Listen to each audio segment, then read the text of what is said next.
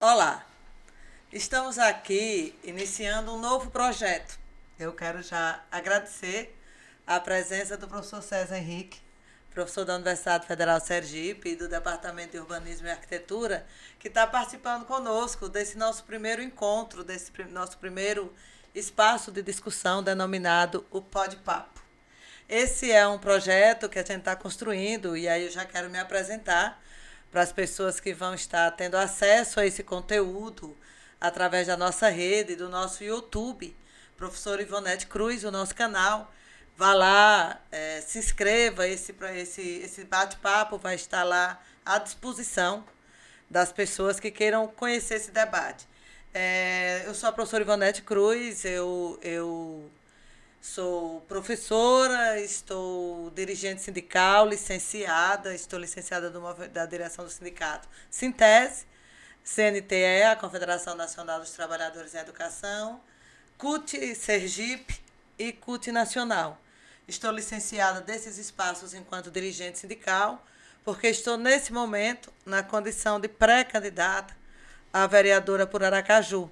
E é exatamente por esse lugar que estou em construção de um projeto de cidade que veja as pessoas do lugar onde elas vivem, do lugar onde elas moram e dos direitos que todas as pessoas têm, independente do lugar onde elas vivem, é que nós debatemos e discutimos e estamos implementando, já dialogando aqui com o professor César, esse projeto de debatermos questões que fazem parte da vida de todas as pessoas. Porque a gente, quando pensa a cidade, a gente não pode pensar a cidade a partir de um horizonte, a partir de um grupo, a partir de algumas pessoas. Pensar a cidade é pensar todas as pessoas, do lugar onde elas estão, do lugar onde elas vivem, da forma como elas vivem. E, nesse sentido, a gente vai estar discutindo aqui vários temas. Então, como estamos começando hoje a debater aqui a questão da mobilidade urbana, mas pretendemos debater vários outros temas, como a questão da cultura, da educação, da saúde, da moradia popular, do direito à moradia. Então, vamos estar debatendo aqui temas que fazem parte da vida das pessoas e que a gente precisa pensar nessa cidade a partir desse lugar. Quem vive nela, como vivem e o que é preciso ser garantido enquanto políticas públicas para que essas pessoas possam ser visibilizadas, para que elas possam ter os seus direitos atendidos. Mas, para dar início a esse nosso bate-papo, nós estamos aqui para discutir a questão da mobilidade urbana. Como as pessoas se movimentam na cidade, como elas vão e vêm, como elas vivem nesse movimento de se movimentar, de se locomover, de estarem indo e vindo para os diversos lugares onde elas precisam ir. E aí, César, eu fico pensando que, por exemplo, eu sou da área da educação, nós somos professores, então, quando a gente fala de educação, a gente sempre parte do princípio, a educação é um direito que está na Constituição, saúde é direito. Mas nem sempre a questão da mobilidade, do direito de se locomover com segurança, com eficácia, é colocado para as pessoas ou é tratado nessa perspectiva de que também é um direito e é um direito de todas as pessoas. Então, eu gostaria que você começasse a falar a partir das suas análises, das suas leituras, dos seus estudos acerca da questão da cidade de Aracaju, da ocupação do espaço, da mobilidade das pessoas, de todas as pessoas, inclusive. Como é que você analisa esse cenário nessa perspectiva do direito, nessa perspectiva da segurança, da eficácia, da agilidade, das pessoas se mobilizarem, da forma como elas podem se mobilizar, se mover. Então, é isso. Vamos bater esse papo. Vamos lá. Bom, professora Ivonete, eu primeiro queria agradecer pelo convite, né? É um prazer estar aqui, poder conversar com todos vocês, né, sobre mobilidade urbana, sobre cidade, de modo geral, né? Então, estou à disposição para a gente fazer esse bate-papo, né, sobre mobilidade urbana, né? Eu sou professor da Universidade Federal de Sergipe, né, Departamento de Arquitetura e Urbanismo. Tenho trabalhado muito com mobilidade urbana, mas também com diversas outras questões de planejamento urbano, né? Um dos meus focos de pesquisa é o espaço público também, né? Eu sou também pesquisador do Observatório das Metrópoles, né, Núcleo Aracaju, que a gente faz pesquisa sobre, enfim, sobre a escala regional, né, a região metropolitana e suas diversas questões, né, não só de mobilidade urbana, mas também habitação, né, meio ambiente, né, desigualdades sociais, socioeconômicas também, né, na região metropolitana, né, de Aracaju, né. A mobilidade urbana é um tema que, na verdade, integra todos esses temas que você falou antes até, né? Educação, cultura, né? Saúde, né? Porque, do ponto de vista espacial, as pessoas precisam chegar nos lugares da cidade onde esses serviços, essas ofertas de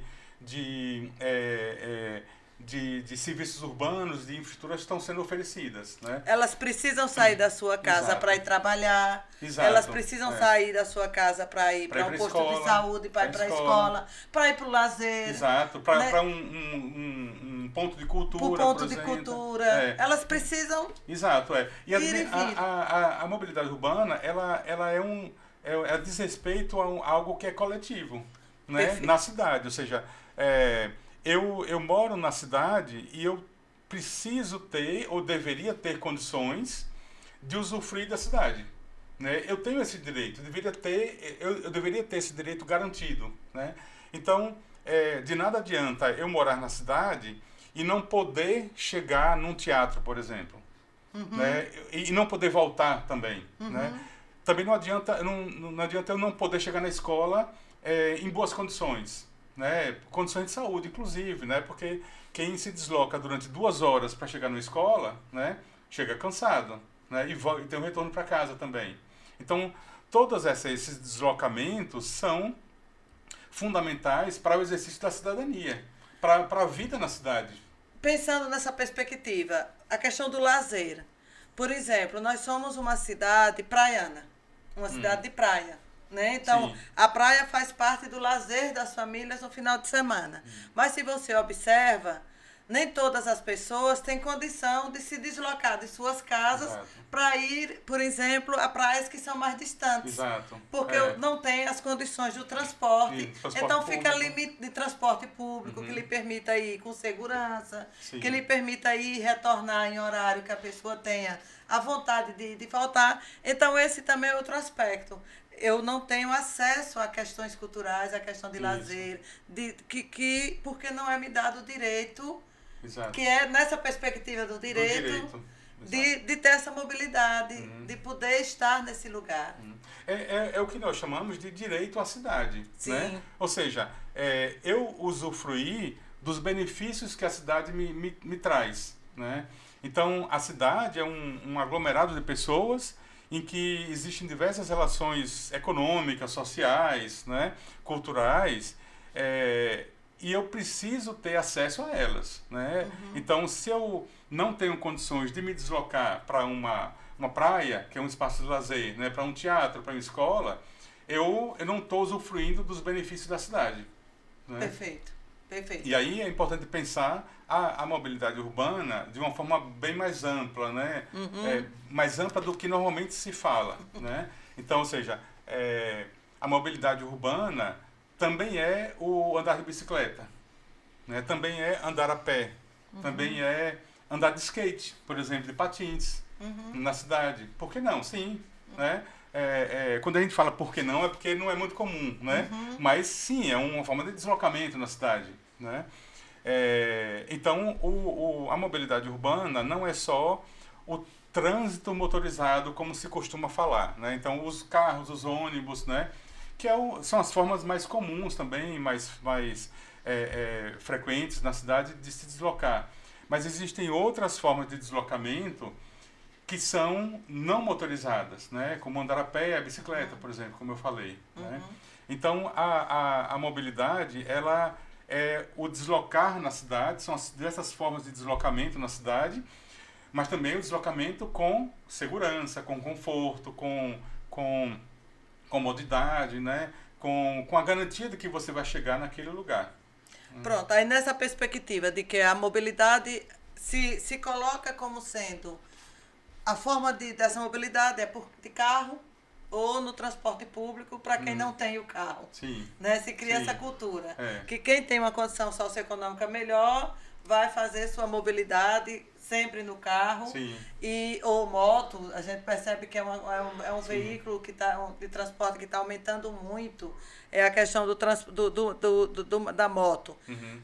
A gente pode tratar depois dessa questão em relação à questão carros, a grande quantidade de carros e a questão do transporte público, que acaba não sendo tão utilizado por quem pode se locomover de carro. Mas depois a gente trata disso, sobre essa questão do espaço, da questão de todas as consequências desse processo. Mas assim, César, pensando essa questão da mobilidade a partir do cenário de outras formas, a bicicleta, o andar a pé.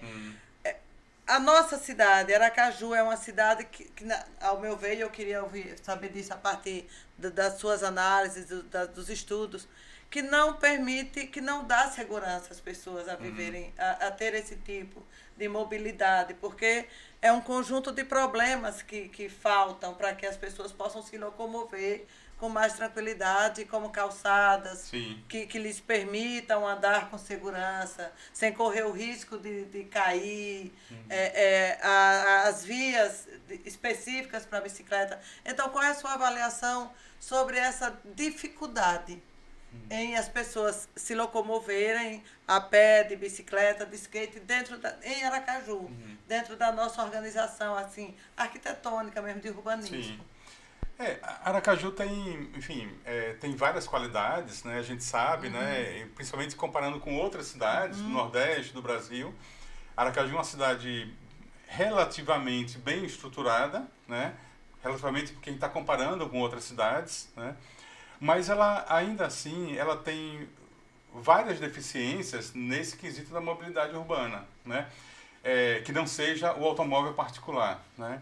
Então, nós temos uma série de percursos de calçada sem condições de deslocamento, né? Calçadas estreitas, desniveladas, com rampas que são obstáculos para o caminhar seguro e com conforto, né?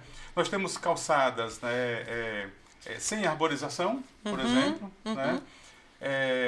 Nós temos ciclovias que são, enfim, cada dia mais degradadas. Na verdade, o sistema cicloviário de Aracaju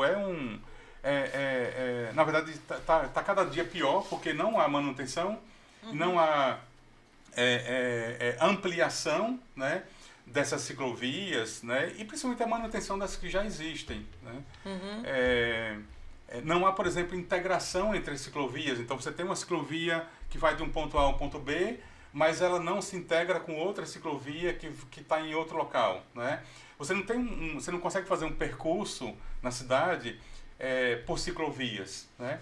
Ao mesmo tempo, as ruas são um território extremamente hostil para as bicicletas também, quando não tem ciclovia, né? Então, é preciso também deixar claro, né? A bicicleta, ela é um veículo, né, como qualquer outro, né? Então, não havendo ciclovia, a bicicleta pode circular nas ruas como qualquer veículo, né? E muita gente não sabe disso, né? Então, eu cansei de receber buzinada, né, de carro atrás, porque de alguma forma eu estaria atrapalhando. Ocupando o espaço. Mas na verdade eu estou no meu lugar, né? O ciclista, ele está no seu lugar e ele tem todo o direito de estar ali, naquela rua. Sim. Né? Então, quando as ciclovias existem, elas estão em más condições, e quando elas não existem, as ruas não oferecem a segurança necessária para o ciclista, né? Então, digamos, há 10 anos atrás, Aracaju estava numa condição muito melhor, há 15 anos atrás, mas hoje está uma situação muito pior. Difícil. Né? Do ponto de vista de infraestrutura para quem anda a pé e para quem anda de bicicleta. E nesse aspecto de quem anda a pé, as faixas de pedestres. Sim. Porque assim, é outra coisa que a gente precisa pensar. Quem anda a pé, às vezes você... E eu queria tratar de uma questão mesmo assim, além dessa questão da distribuição das faixas, mas também a cultura do respeito à faixa. Sim, sim. A cultura do respeito à faixa, que é uma coisa que você percebe que passa até por uma questão de educação. Sim, de educação sim. no trânsito, Sim. dessa questão da mobilidade urbana.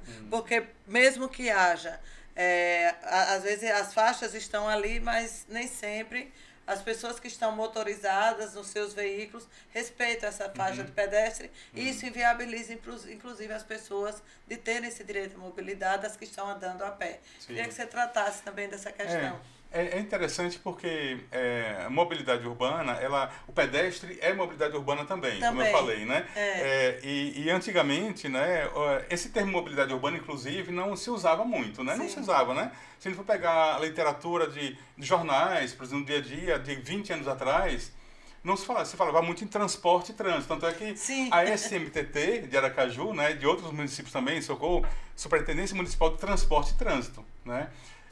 Porque o foco era muito o transporte e trânsito, pensando na mobilidade motorizada, né? Carros e ônibus, por exemplo, né? Mas de um tempo para cá, né, já se ampliou o entendimento justamente que a mobilidade é muito mais, né? Então o pedestre, inclusive outras prefeituras no Brasil, né, já nem tem uma superintendência de transporte, tem superintendência de mobilidade urbana, né, que é mais amplo, né? Então, pensando no pedestre, o pedestre é parte do trânsito também. É parte de todo esse sistema de mobilidade urbana, né? E a questão do respeito à faixa de pedestre, ou da falta de respeito à faixa de pedestre, né, tem muito a ver com o não entendimento do motorista de que o pedestre tem direitos também. Né? Tem direitos também, ou seja, ele, da mesma forma que ele tem deveres, né, ele também tem direitos. E o condutor do carro, o motorista, ele não consegue visualizar isso. Tem a ver com a educação, porque nós não fomos formados para isso. Quando nós aprendemos a dirigir, por exemplo, na autoescola, né, ou das campanhas de trânsito que se faz, são muito insuficientes, né, não se deixa claro para os motoristas que o pedestre é um elemento do trânsito como qualquer outro. E ele tem direitos também. Né? Então, se a gente pensa numa cidade que é um emaranhado de ruas, né, e que os pedestres caminham pelas calçadas, os pedestres vão ter que atravessar ruas em algum momento, óbvio, né? Para você ir de um bairro para outro, você vai ter que caminhar pelas calçadas e, obviamente, ter que atravessar a rua. Porque senão você ficaria dando voltas no quarteirão. Né? Perfeito. Então, assim, o caminhar do pedestre, ele passa pelas ruas também, né? E a faixa de pedestre, ela surge, né, na história das cidades, né, quando os carros começam a se disseminar nas cidades, né, dos anos do século XX, né? Começa a existir muito carro, né? O que existia antes? Havia uma convivência, um compartilhamento do espaço. Pedestres e carros, ou charretes, né, ou carroças antes, né, dividiam o espaço. Né? Dividiam com problemas, claro, mas relativamente bem. Né? A partir do momento que o carro começa a se impor na cidade, a partir de meados do século XX, né, de se popularizar, o carro começa a ser um elemento ameaçador, começa a ser muito perigoso, né, pela velocidade, pelo peso que ele tem, enfim, tudo mais. E começa então a se criar mecanismos para ajudar o pedestre a não morrer, digamos assim, atropelado, né? Então, a travessia das ruas, ela é feita nos semáforos, por exemplo, né, em outras situações, mas na faixa de pedestre também, né? E a faixa de pedestre, e aí eu percebo que os motoristas, eu não coloco muito a má fé nos motoristas, de serem, enfim, malvados, que querem atropelar os pedestres, né? Os motoristas realmente não sabem, é falta de informação. Né? Falta de conhecimento, né? E a gente vê situações que o motorista deixa, mesmo quando não há faixa, né? Você vê também muitas situações de gentileza, de educação, mas na faixa de pedestre não se trata de gentileza, é uma obrigação do motorista, né? Então, a faixa de pedestre sem semáforo, né? Porque são duas faixas diferentes, né? Quando há semáforo é uma outra situação. Mas a faixa de pedestre sem semáforo, a preferência é sempre do pedestre. Né? E não tem muito o que discutir, é sempre do pedestre. Então, assim, quando o motorista ele para numa faixa de pedestre para o pedestre atravessar, ele não está fazendo isso por gentileza. Sim. Ele está fazendo porque é uma obrigação. É uma obrigação dele. Quer dizer, mesmo que ele não queira, ele tem que parar. Então, entender que existem direitos e deveres, né? Eu, como motorista, é meu dever parar na faixa de pedestre para o pedestre atravessar, porque ele tem esse direito de atravessar, a preferência dele. Né? Novamente, então, a gente vem dentro dessa discussão da garantia do direito. Do direito, exatamente. Que não é visto pela grande... Não é visto como sendo o direito. Isso. O direito da mobilidade, o direito do ir e vir, o direito de atravessar na faixa. Exato. Como se assim, eu vou fazer uma boa ação. Uma boa ação mesmo. Uma assim, boa ação. Eu sou gente boa, hoje eu não estou com pressa. Hoje eu vou deixar ele atravessar. Hoje eu vou deixar ele atravessar. Na verdade, tem que deixar, queira ele ou não queira. Tem que parar. Então, existe uma... E aí eu sinto muito falta de ações de educação por parte dos órgãos públicos, no caso da SMTT. Políticas públicas. Ou seja, não adianta você no SMTT ou qualquer órgão público, né, de trânsito, na semana do trânsito, fazer ações nas faixas de pedestre, botar o dedo, como é que é, o dedo legal, tal, assim, se isso não é feito de forma contínua, né?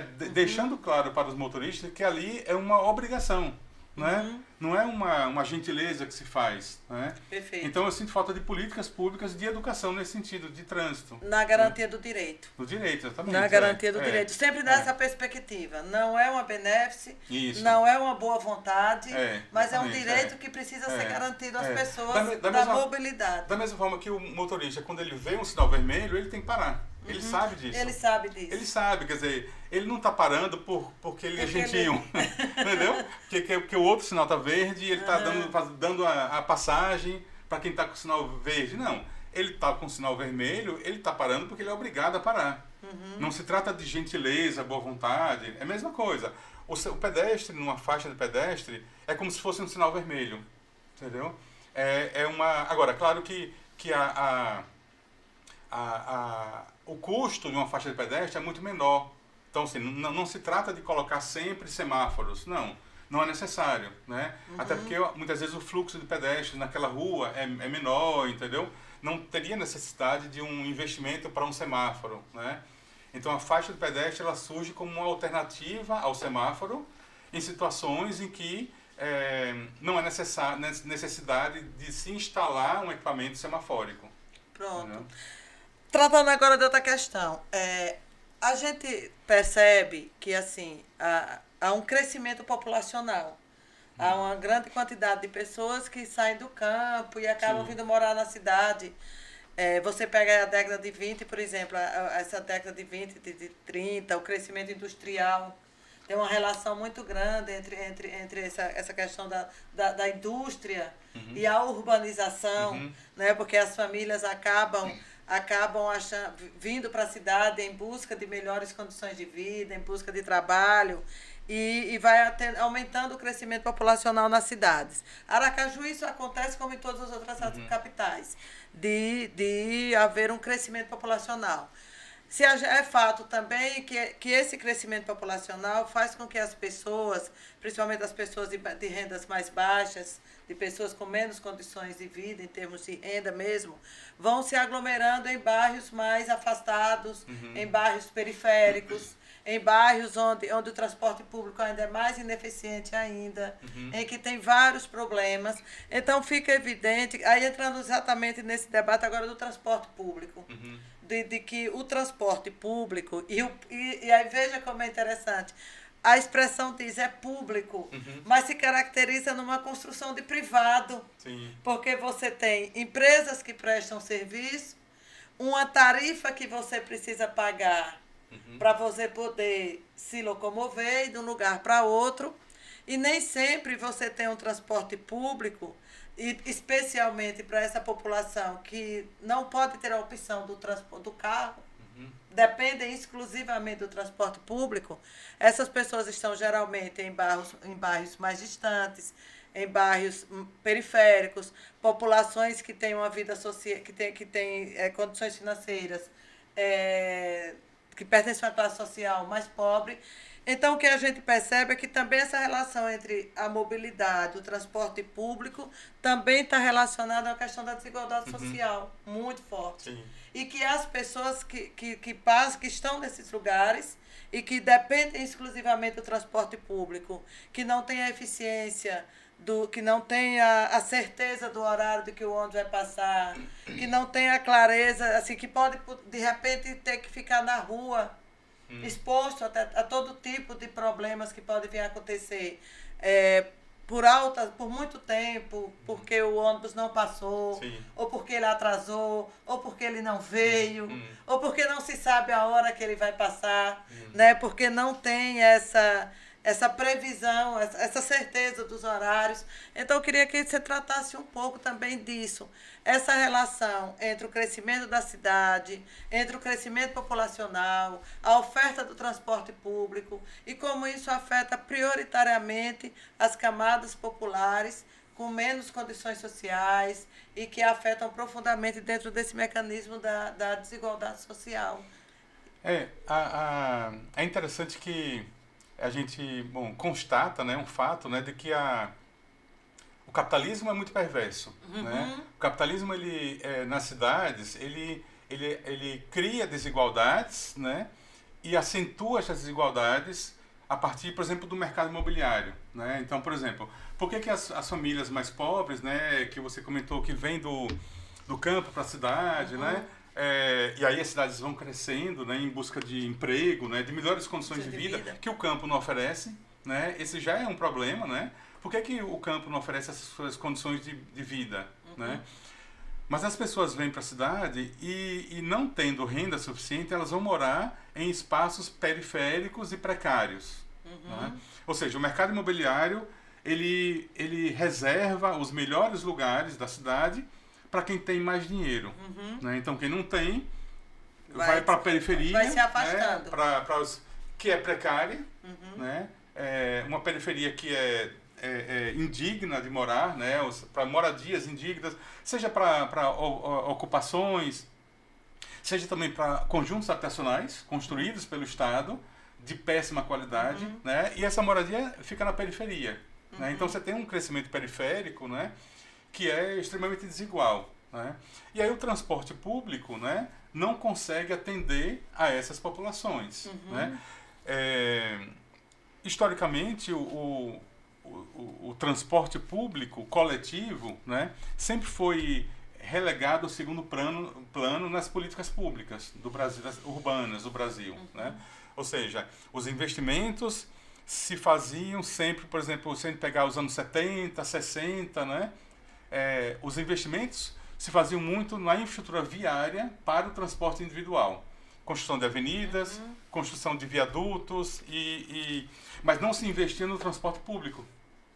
Não se investia, por exemplo, numa empresa pública de transporte, né? Se você tem escolas públicas, né, postos de saúde que são públicos, por que não pode ter uma empresa pública de transporte? Perfeito. Entendeu? Mas não, isso se concede à iniciativa privada, né, para que ela opere esse serviço, exatamente, uma concessão pública para operar esse serviço, para que essas empresas, na verdade, ganhem dinheiro, né, oferecendo o pior serviço possível, né, e ganhando o máximo que puder, né? Então, é de uma perversão, né, de você, enfim, jogar as populações mais pobres para a periferia, né, e ao mesmo tempo não dando a ela condições de locomoção, de deslocamento na cidade, né? Então, o transporte público, ele sempre foi relegado a segundo plano. Por quê? Porque ele sempre foi pensado para o pobre. Perfeito. Né? Ou seja, por que a classe média alta, não anda de ônibus? Né? Porque, de fato, é ruim. É precário. Quer dizer, não dá para querer que as pessoas andem de ônibus em um serviço que é ruim. Né? Os ônibus são ruins, o sistema é ruim, é precário. Né? Então, quem tem um pouco mais de condição financeira, né, consegue se locomover bem na cidade através do transporte individual, e quem não tem se vê obrigado, né, como você falou, a utilizar o transporte público, né? Pensando nas grandes distâncias, né? Porque nas distâncias menores, a pessoa vai a pé, vai de bicicleta, entendeu? Mas para grandes distâncias é o transporte público motorizado, né? Então, a falta de investimento no transporte público é também um atestado de um poder público, né, de um Estado que não teve interesse de reduzir desigualdades. E nega o direito das nega pessoas o direito, se locomoverem com exatamente, segurança, com qualidade exatamente, de transporte. Então, assim, é um Estado que nega direitos e, bom, e acentua as desigualdades. As desigualdades que a cidade capitalista cria, e o Estado, em vez de minimizar as desigualdades criadas pelo mercado capitalista, né, ou de reduzir, né, ou de eliminar as desigualdades, ele vai reforçar isso, né? Então, o transporte público, ele bom, em resumo, o transporte público é para pobre, né? E por isso não precisamos investir, né? Esse, na verdade, a narrativa, né, do poder público, na verdade, da sociedade, né? Se a gente pensar, por que nós vamos investir milhões aqui nesse sistema de transporte público, né? Se quem vai se beneficiar são só os pobres, como colocar assim de forma exagerada um pouco, né? Sim, mas a lógica é mais ou menos essa. Né? Porque você trata disso, César, ele vai na mesma perspectiva, por exemplo, o que é público é para pobre. Isso. Né? Porque se a gente pensa, a escola pública. Sim. É prioritariamente para as famílias que não têm condição de garantir uma educação privada. Então a educação pública é para pobre, a saúde pública é para as pessoas com menos condições, o transporte público. Então é esse conceito de que se o público é para atender a população pobre, então não há um cuidado na garantia da qualidade, da eficácia, da eficiência. E esse é um grande desafio. Pensar o público como sendo o direito de todas as pessoas, independente do lugar onde elas já estão vivendo. Aí a gente vê o quê? Ônibus superlotados por esse processo de redução, né? As empresas privadas cada vez mais reduzem a quantidade de ônibus circulando quando tem maiores demandas, precarizados. E interessante essa tua fala de que a construção deveria ser, ao invés de privatizar o serviço que é público, seria o próprio Estado garantir e acompanhar e passa também por essa questão da tarifa, né? Porque, por exemplo, que é outro debate, outro debate de grandes movimentos que já aconteceram e que acontecem sobre essa questão da tarifa que é paga pela locomoção, pelo uso do transporte público, e essa questão da integração. Porque tem esse conceito, que era uma coisa que eu queria debater também contigo, tem esse conceito, Aracaju é uma cidade do sistema integrado de transporte. Mas esse modelo em que as pessoas só conseguem usar uma mesma passagem se estiverem passando pelos terminais. Isso, inclusive, faz com que eles precisem andar pelos mesmos roteiros. Tiram deles a liberdade. Por exemplo, se vai para um determinado lugar, mudar de ônibus, utilizando-se da passagem que já pagou, sem necessariamente ter que fazer aquele percurso. Isso também viabiliza essa coisa da mobilidade e do direito à mobilidade, dele ir para os espaços com mais facilidades, sem necessariamente estar dentro de um modelo. A partir disso se percebe o quanto Aracaju ficou para trás, né? Aracaju já foi modelo, né, de transporte público integrado, né? Já teve um sistema... que foi algo assim, surgiu... Exato, Mas não se avançou. Né? A gente foi ficando para trás. Então, a integração através de terminais foi de uma época, né, em que não se tinha, por exemplo, o que nós temos hoje, a bilhetagem eletrônica, né, o cartão. Quer dizer, o próprio cartão já poderia dar a possibilidade de você passar por 2 catracas, por exemplo. Né? Então, você tem o que a gente chama de integração temporal, né? O bilhete único de São Paulo, em outras cidades, né? Então você tem um cartão em que você passa no primeiro ônibus, ele te dá, por exemplo, 2 horas para você pegar outro ônibus, se quiser, em qualquer lugar. Você não precisa ir para um terminal fechado, né? Então essa ideia dos terminais fechados já está atrasada, já era, né? Porque realmente você obriga o usuário a fazer viagem e fazer inclusive voltas na cidade, né?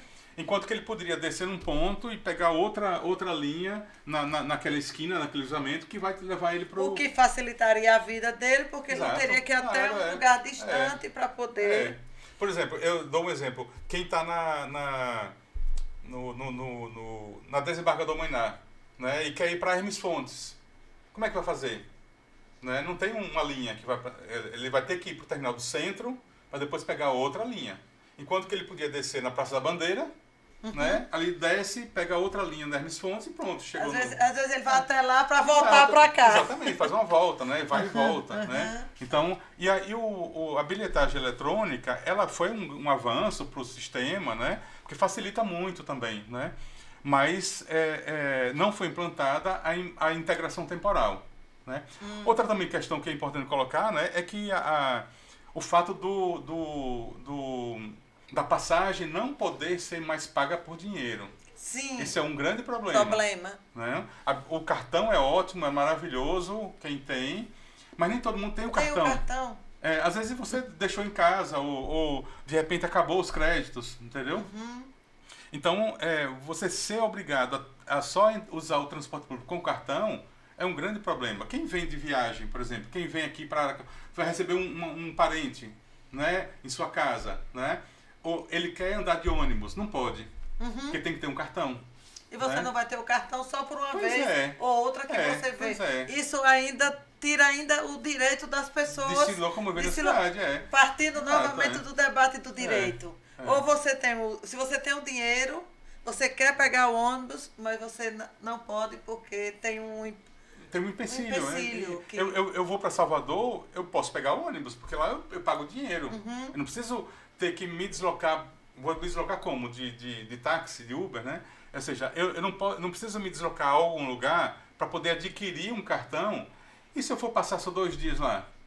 Né? Para que eu vou querer um cartão se eu vou passar só 2 dias, 3 dias, pouco tempo? Então, o pagamento apenas, exclusivamente por cartão é um grande problema. Né? Inclusive, a meu ver, até uma ilegalidade. Né? Se você pensar qual é a moeda do Brasil? É o real.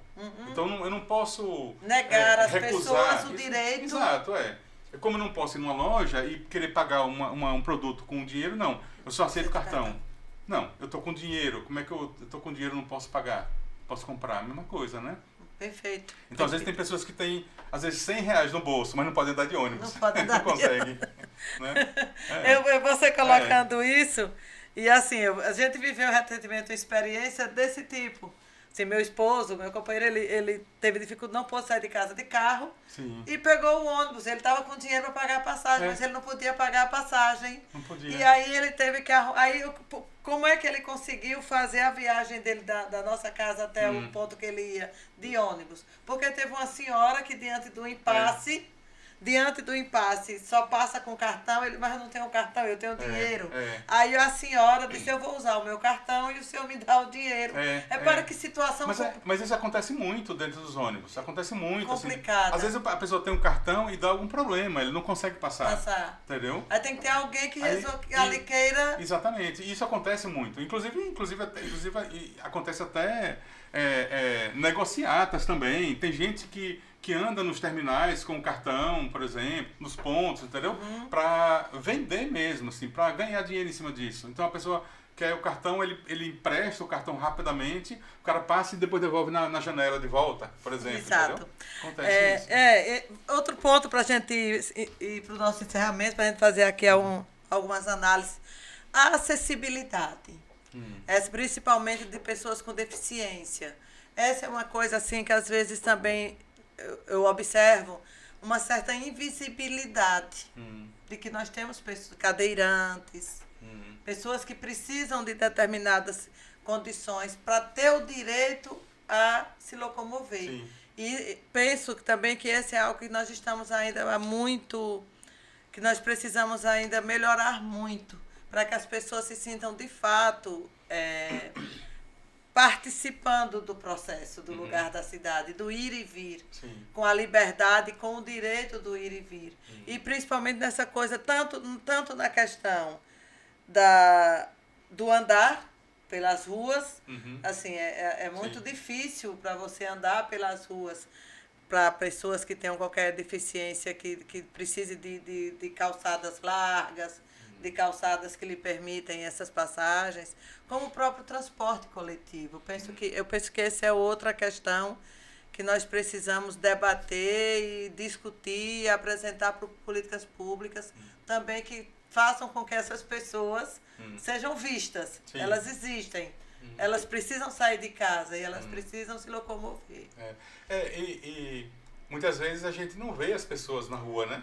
Então, assim, parece até que não existem. Elas não existem. Não existem, quer dizer, porque de fato elas não conseguem ir para a rua, né? E quem precisa, né, que não tem outra opção, enfim, de se locomover, muitas vezes, por exemplo, um cadeirante, muitas vezes vai pelo asfalto, pelo meio da rua, né? Tem muito a ver com a invisibilidade do pedestre, né? Então, assim, a mobilidade urbana é carro e ônibus, né? Então se esquece bicicleta, se esquece pedestre, né? E aí nesse bolo todo se esquecem as pessoas que têm dificuldade de mobilidade, de locomoção, né? Então pode ser um cadeirante, pode ser uma pessoa inclusive que está temporariamente com problemas, né? Sim. Com a muleta, por exemplo, entendeu? Então o andar na cidade deve ser garantido para todos. Sim. Né? Para todos. E essa falta de olhar, né, tem muito a ver também com a própria... bom, enfim, falta de política, de uma estrutura de planejamento, né? As nossas prefeituras, né, no Brasil, vamos colocar do Brasil, né? Não tem uma estrutura de planejamento urbano, de uma equipe técnica, né? É preciso contratar arquitetos, né? Engenheiros, sim, né? É preciso ter uma equipe, né, que trabalhe, né? Porque muitas vezes a gente cobra e aí é preciso também ser justo, né? Muitas vezes a gente cobra de uma prefeitura, mas ela não tem uma equipe técnica para isso, né? A gente tem que cobrar do prefeito, claro, porque tem que fazer concurso, tem que equipar, né? Mas muitas vezes os que estão trabalhando não conseguem dar conta, porque eles são poucos, né? Mas pensar numa política pública é preciso criar condições. Ter uma equipe de pessoas trabalhando, ter técnicos habilitados, ter profissionais que trabalhem naquela secretaria, né? As dificuldades de deslocamento, elas enfim, prejudicam todos, né? Então, quem não consegue andar a pé com qualidade, com segurança, com conforto, né? Muitas vezes tem problemas de saúde. Então, é uma questão de saúde pública também. Também. Né? Saúde pública, né? Quem anda de bicicleta e sofre um acidente, né? E, inclusive, as motos, né? Que sofrem acidentes também, né? Então, a gente está pensando também em saúde pública, né? E também saúde mental. Sim. Porque se a gente pensa numa cidade em que tudo é muito estressante, tudo é muito barulhento, difícil, sabe? Assim, eu tenho que caminhar pensando nos carros, eu tenho que caminhar pensando no degrau, que não eu vou cair, entendeu? É tudo muito estressante e não dá prazer. Então, muitas vezes, você tem uma cidade que pode ser bonita, pode ser agradável, mas não existe um prazer de caminhar. Você não opta pelo caminhar como algo que te dá prazer. Ou esse lugar do caminhar com prazer fica limitado a algumas áreas. Sim. De pessoas com classes sociais melhores. Novamente, exato. Aquele debate da desigualdade social. Porque se você tem uma situação social melhor, você é uma pessoa que tem uma situação que tem condições financeiras, aí você mora em regiões onde tem espaços, exato, que lhe permitem caminhar sem estar disputando com os carros, sem estar correndo o risco de estar caindo em buracos. Mas já outras pessoas que vivem em situações mais distantes, em bairros mais periféricos, e que também têm estresse, porque também trabalham, porque também têm problemas, não tem essa opção. Então, novamente, a desigualdade social como algo que é tratado de que para pobre sempre o mínimo O possível. mínimo possível, né? E Sempre aí o você tem mínimo uma perpetuação da pobreza. Da pobreza. Né? Você perpetua, né, as desigualdades. Então, quem mora num bairro pobre vai ter sempre as piores condições. Né? Então, assim, as políticas públicas elas devem ser pensadas como, enfim, ações para reduzir as desigualdades, né? Que o mercado produz. Né? O mercado capitalista produz desigualdades na cidade, né? E o Estado, né, pensando no poder público, deveria reduzir ou minimizar essas desigualdades. E não consegue. E não aprofundá-las. E, não, na verdade, não tem interesse também, E né? não tem Também, interesse, tem exato. pensar, né? Perfeito, assim, a gente está já com quase 1 hora aqui nesse bate-papo, tem alguns, assim, fique à vontade, mas se tiver mais alguns aspectos que você, claro, né? Sim, queira tratar, Sim. trazer como sendo importante nesse debate da cidade, acho que qual é o grande desafio? A cidade que enxergue todas as pessoas. Exato, A cidade que veja todas as pessoas. E a cidade que dê condições a todas as pessoas de usarem os bens públicos como direito de todas as pessoas. A gente ter uma construção política que rompa com esse conceito de que se garante algo que é direito é porque é bom, é porque está fazendo uma benéfice, né? É porque se associa muito isso. Olha, o gestor tal fez isso, fez aquilo, como sendo benéfices. E não são, é a garantia dos direitos. Para garantir às pessoas o direito de ir e vir, de ter educação, de ter saúde, de ter transporte, de qualidade que permita às pessoas esse direito. Então, assim, Aracaju, como você colocou, eu concordo. Aracaju eu acho uma cidade bonita, Aracaju é uma cidade plana, Aracaju é uma cidade, agora ela precisa ser uma cidade que todas as pessoas se sintam acolhidas, respeitadas. E para isso é preciso garantir, sabe? Eu fico pensando que passa por projeto de sociedade. Essa frase que tu termina, e eu queria terminar minha intervenção com isso. Não é que não é possível fazer. Sim. A pergunta é, quer fazer? Quer ter uma sociedade que seja uma sociedade que todas as pessoas se sintam acolhidas, garantidos seus direitos, ou interessa manter esse modelo de sociedade que aprofunda as desigualdades, porque assim mantém as pessoas mais pobres, as pessoas pobres, alijadas, afastadas, sem a garantia dos direitos, quando a gente poderia ter um espaço de liberdade, de locomoção e de políticas públicas mesmo, de governo, que garantisse a todas essas pessoas esse direito. Assim. É um desafio enorme. Mas, e até do espaço. A gente conversava também aqui no início sobre essa questão. Se utiliza um espaço enorme para a circulação de poucas pessoas. Isso. E quando a grande maioria da população fica lá impressada nos bairros, sem infraestrutura, com ruas estreitas, com calçadas sem condição. Enquanto que as poucas avenidas mais largas, com maior capacidade de locomoção, essas ficam limitadas a pouca gente. Porque são aquelas que podem ir e vir nos seus carros, enquanto que a grande maioria da população não podem usufruir desse lugar. Tem uma frase interessante, não sei mais de onde foi que ela veio, mas que diz que o engarrafamento é causado pelos próprios carros. O engarrafamento não é causado por uma via estreita, por exemplo, ou por algum problema na frente. É pela própria quantidade de carros que tem na rua, eles mesmos causam engarrafamento para si próprios.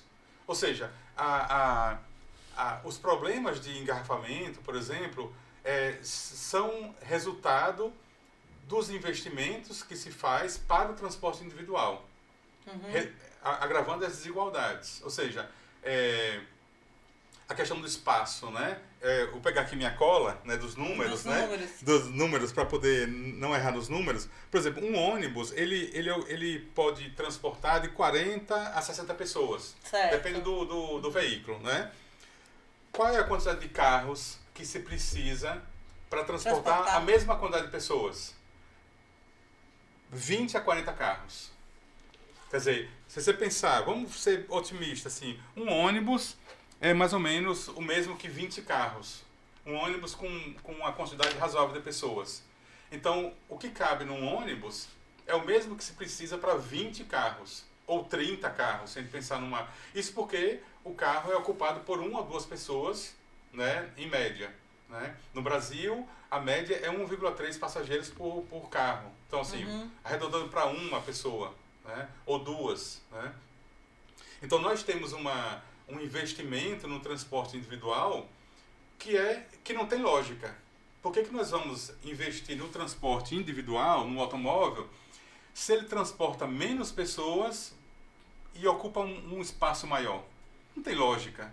O ideal é o contrário, é a gente investir no transporte público que transporta mais gente num espaço menor.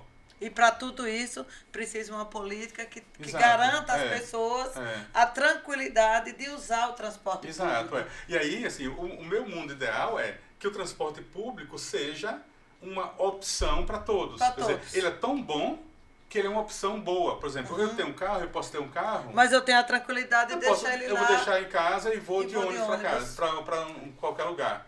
Porque ele é uma opção muito boa também. Né? Sim. Tem desvantagens, claro, né? Porque você não tem a autonomia que você tem no seu carro. Por exemplo, eu posso sair a hora que eu quero. Mas se eu tenho um sistema de transporte que me diz... tal hora passa um ônibus perto da minha casa. Eu vou andando até lá. Eu vou andando, né, com calçadas boas, né? Eu posso ser uma cidade arborizada. Eu posso ser cadeirante, que eu posso ir também. Né?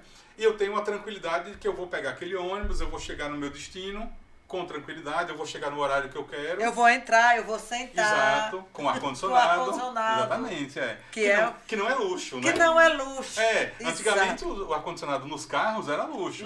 Mas hoje todo carro tem ar-condicionado. E um ônibus com ar-condicionado não é luxo. É um luxo. Não, hoje é entendido como luxo, mas não é luxo. É o básico. É o básico para você se locomover com qualidade. Qualquer carro barato aí tem ar-condicionado. Qualquer carro básico, né? Por que o ônibus não tem?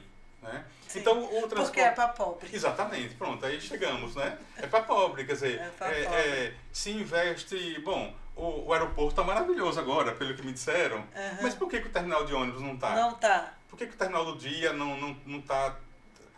Bom, mas é ônibus, sim. Qual é a diferença de ônibus para avião? São dois modos de transporte. Onde tem pessoas circulando. Tem pessoas, Então, assim, o terminal do dia, terminais urbanos, eles deveriam ser tão confortáveis, tão atraentes, como qualquer terminal de avião, chamado aeroporto, né? É um terminal também, aeroporto é um terminal, né? Onde você pega um modo de transporte, né? Mas, enfim, o mundo ideal seria que eu pudesse optar. Aí a questão da liberdade também, né? Muito se fala muito em liberdade, né? Mas, sim, o cidadão hoje não tem a liberdade. Então, assim, a liberdade de... se eu tenho boas condições financeiras, eu tenho um carro, mas eu posso optar por ir andando. Que eu vou chegar bem, vai ser prazeroso também. É importante pensar em cidades prazerosas. Então, o caminho é prazeroso, o percurso é... Então, assim, muitas vezes eu posso optar, não, eu vou andando hoje porque eu estou a fim de descansar, espairecer, desestressar. Eu vou caminhar tranquilo, né? Não tenho pressa hoje. Por exemplo, eu vou para minha escola, para o meu trabalho, entendeu? Ou não, hoje eu vou de bicicleta. Hoje eu vou de ônibus. Não, hoje eu vou de carro, tudo bem. Então, se a gente tivesse um sistema, uma mobilidade de qualidade para todos os modos modais, né? Perfeito. É o mundo ideal, né? E aí também a pessoa que não tem condições financeiras de ter carro, não tem problema. Ela estaria muito bem servida de um transporte público bom. Então, muitas vezes, para que ter carro? Numa cidade ideal, né? Exato. Você está pensando, né? Muitas vezes o carro pode ser interessante, mas ele não é obrigatório. Né? Então, hoje, o carro acaba sendo algo quase que, para quem tem recursos financeiros, né? Quase que obrigatório. Porque eu não tenho outra opção boa, porque o transporte público é ruim. Né? Então, o mundo ideal é que as pessoas possam se deslocar com qualidade, com conforto, com segurança, da forma que elas quiserem. Entendeu? Até porque, por exemplo, andar de ônibus é muito bom, tirando a má qualidade do ônibus, mas andar de ônibus em si, né? O andar de ônibus. Porque você vê pessoas, você encontra pessoas, entendeu? Você não precisa ficar dirigindo. Você vê a paisagem. Você vê a paisagem, né? Você vê a cidade. Quem está dirigindo não vê a cidade. Vê a cidade. Passa direto, não tem que prestar atenção. Então, o andar de ônibus, ele traz várias opções, vários prazeres também. Né? Então, eu hoje vou de ônibus, porque eu estou afim de ver pessoas. Estou afim de andar de ônibus, sentar e ver a cidade. Né? Eu não quero ir de carro, quer dizer, a cidade ideal é essa, em que você oferece essas condições. Né? Para todos, né? Então, não só para quem tem recursos financeiros, mas para todos. Então, quem tem poucos recursos financeiros também vai ter várias opções possíveis de boa qualidade. Né? Isso não é querer muito, na verdade, é um direito, né? Exato, exato. Assim, acho que a gente está fechando esse nosso bate-papo, César, e eu quero colocar assim da importância desse debate na perspectiva de que não é utopia. Porque às vezes a gente fica, quando você usou a expressão, a cidade que ideal pode passar para a mentalidade das pessoas que é algo ideal, mas que é utópico, sim. é impraticável, e não é. E não é. Não é impraticável, não é impossível. Você me colocou, nós já vivemos um momento quando surgiu o Sistema Integrado de ônibus em Aracaju, há um tempo atrás, eu lembro que foi assim algo espetacular, porque você já conseguia descer no terminal, pegar outro ônibus, mas isso já está vivendo um outro momento que precisa melhorar esse processo. Então, assim, que a qualidade das pessoas viverem e terem essa mobilidade, seja andando, seja de bicicleta, seja de carro ou no transporte público de qualidade, onde elas possam ir e vir, não é o mundo ideal e não é utópico. É possível. Basta se ter uma política pública onde não considere que o público pode ser ruim porque só vai usar quem não pode usar outro meio. Sim, né? Pois é. Porque assim, se cria esse imaginário de que o que é público pode ser não precisa ser bom, porque quem vai usar o público é porque não tem outra forma, outro meio. Quando a gente poderia ter exatamente isso. Pensando no transporte público, uma cidade onde as pessoas pudessem se locomover em ônibus com qualidade, com ar-condicionado, onde pudesse pagar suas passagens com dinheiro, como quiser pagar, com o dinheiro, com o cartão, mas que elas tenham o direito de optarem também a forma como elas vão se locomover, onde a gente possa ter ruas largas e arborizadas e com calçadas largas, não apenas em áreas onde a população que vive ali são pessoas em melhores condições de vida, mas que o direito de locomoção, de caminhar, de andar, de andar de bicicleta, seja de todas as pessoas. Então, uma cidade que seja, de fato, uma cidade que acolha, que veja as pessoas. E isso é possível, isso não é utópico, isso é projeto de sociedade. E eu acho que é possível e que a gente precisa aprofundar esse debate, essa discussão e levar essa discussão para as pessoas. Porque outra coisa, eu quero encerrar esse nosso bate-papo agradecendo muito a tua presença nessa nossa primeira conversa, é a superação da naturalização. Sim, isso. Sabe, César? Eu acho que a gente vive numa sociedade onde as pessoas naturalizam que pessoas pobres, pessoas pretas, pessoas da periferia, não têm aquilo que lhe é possível ter. O transporte público de qualidade, superlotado, que às vezes que entra e não tem onde sentar. Depois de trabalhar um dia inteiro, você vai pendurado dentro de ônibus lotados. Vai se naturalizando que é isso mesmo, mas não é. Nós precisamos desconstruir essa naturalização de que o que é público não pode ser de qualquer jeito, porque é para pobre. Não, precisamos ter uma sociedade onde o que é público seja garantido pelo poder público e de qualidade para atender a todas as pessoas que queiram usar o transporte público. E eu só vou andar no meu carro, porque, infelizmente, se eu for pegar um ônibus, eu vou passar 1 hora esperando o ônibus. Eu vou pegar um ônibus superlotado, sucateado, sem condições. Isso tira o direito das pessoas de locomoção. Por isso a gente tem aí muito debate em termos da garantia do direito às pessoas de ir e vir com segurança, com qualidade, com eficiência e com transporte público para todas as pessoas, independente da classe social. Exato, E não é utopia, é projeto de sociedade. Essa questão da naturalização é importante, né? A cidade é construída pelas pessoas. Sim. Ela não cai do céu, né? Exato. Porque não é natureza, né? Que nada pode mudar. Sim, pode mudar, sim. Mudar. Exatamente. Então, quem é pobre não deveria se contentar com pouco. Sim. Deve querer muito mais. Porque é o direito. Né? E é possível, como você falou. Ou seja, eu tenho um transporte público tão bom que o prefeito vai de ônibus para trabalhar. Sim. Entendeu? Ou o reitor da universidade vai de ônibus. Sim, por que não? Por que né? não? Ele vai junto comigo. Né? Assim, ele é uma opção. É uma forma de deslocamento que tem qualidade. E precisa ter. Isso não é inatingível. É possível, sim. Com certeza. Então, César, é isso. Muito obrigada por todas as reflexões que você traz nessa noite. Está anotado. Sim. Está anotado, porque assim, a gente precisa ter algo a apresentar. Sim. Porque às vezes as pessoas dizem assim, mas as pessoas ficam muito na crítica, né? Sim. As análises são muito feitas na crítica. Mas e o que é que precisa ser feito? Precisa ser feito o que a gente está debatendo aqui. Exato, É preciso garantir um transporte, por exemplo, na questão da locomoção das pessoas, para viabilizar, se apresentam os números, essa questão do espaço. Sim.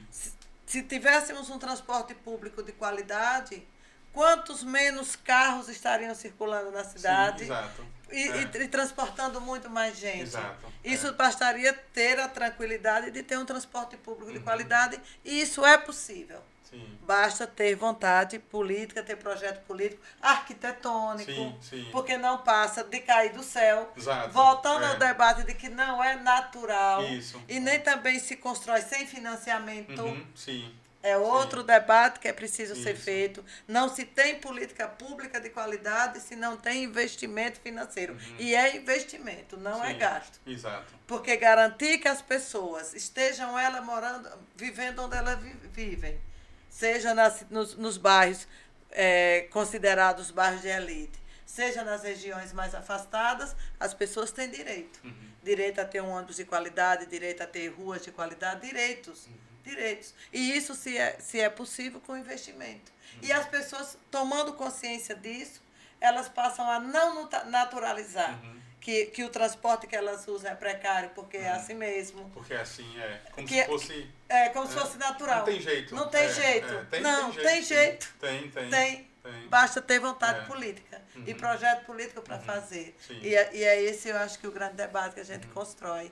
E eu fico, assim, quero mais uma vez, para encerrar, te dizer muito obrigada, César Henrique, por esse bate-papo, por essa discussão tão necessária que envolve a vida das pessoas que vivem na cidade e que têm direito a terem mobilidade, a se locomoverem, a ir e vir com dignidade, com qualidade, com respeito e sendo vistas. Porque é outra questão. A grande maioria dos trabalhadores e trabalhadoras que ficam empilhados dentro de ônibus cheios e sucateados não são vistos. Sim. Não são vistos.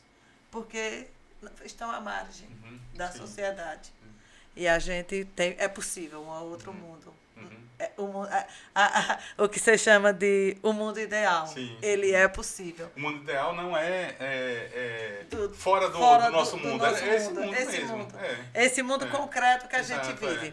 E que é muito importante ter. Obrigada, César, por todo o debate, por todas as discussões, e que a gente possa fortalecer cada vez mais e construir cada vez mais discussões e debates em torno com as pessoas. Esse é outro problema que nós vivemos, assim, porque tanta pauta, a discussão do plano diretor de Aracaju. Né? Sim, exato, As pessoas foram alijadas do espaço de discussão. Sim. As pessoas já não podem mais ir lá dizer como elas vivem.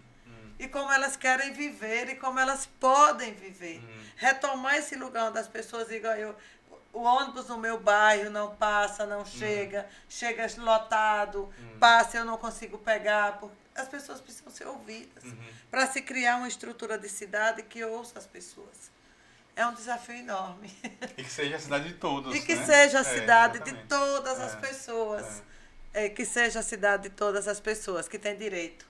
Dentre todos os outros direitos, também a seu direito à mobilidade, a ir e vir livremente. Como é que se defende uma sociedade livre, justa e igualitária se tem pessoas que não têm direito ao transporte? E não tem direito à cidade mesmo. Não tem direito à cidade.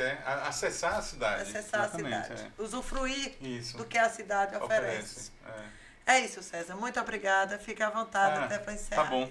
Eu queria, então, agradecer, né? Muito obrigado também. Foi um prazer. É importante colocar essas questões de mobilidade para todos, né? Para que as pessoas possam ouvir, né? Entender e refletir, né? Porque essa discussão de construir a cidade para todos, né?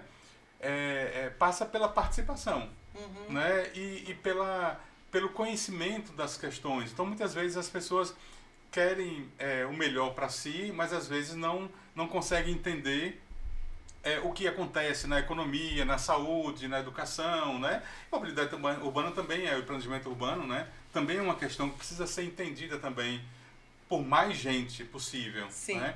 É preciso que as pessoas tenham, enfim, conhecimento também para que elas possam refletir sobre muitas dessas questões. É possível também que as pessoas reflitam e discordem do que eu falei aqui, também, não, mas é preciso entender também, né? E aí a reflexão produz uma avaliação crítica e aí podem, inclusive, discordar do que eu falei aqui, por exemplo, entendeu? Então, quanto mais as pessoas conhecerem